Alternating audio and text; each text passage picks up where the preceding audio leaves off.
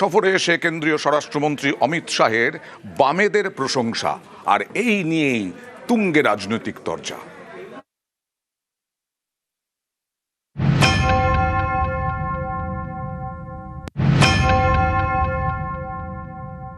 ममता दीदी, आपसे तो वो कम्युनिस्ट अच्छे थे, आपने तो पूरा बंटाधार कर।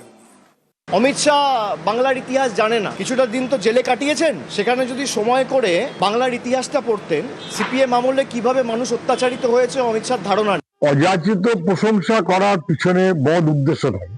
অমিত শাহ সার্টিফিকেট বামেরা চাইনি।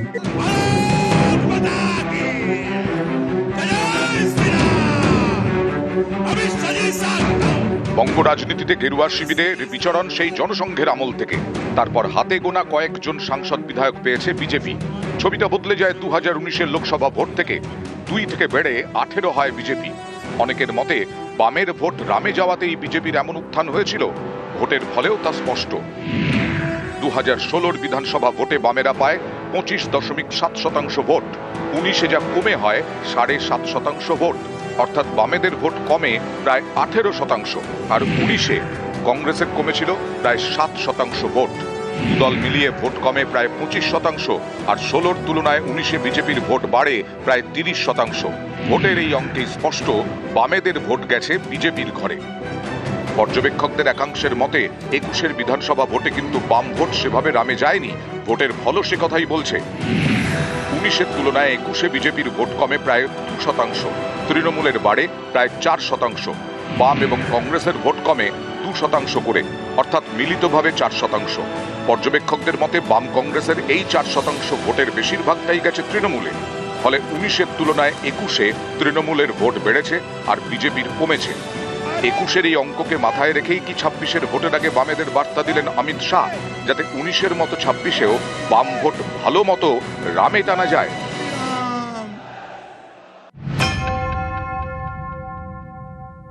4.5 दशक से बंगाल पिछड़ता गया, पिछड़ता गया, पिछड़ता गया। पहले कम्युनिस्ट पार्टी, इन्होंने बंगाल को पीछे ला जाने में कोई कसर नहीं छोड़ी। और फिर ममता जी आई, उन्होंने माँ माटी मानुष का नारा दिया। ममता दीदी, आपसे तो वो कम्युनिस्ट अच्छे थे, आपने तो पूरा बंटाधार कर।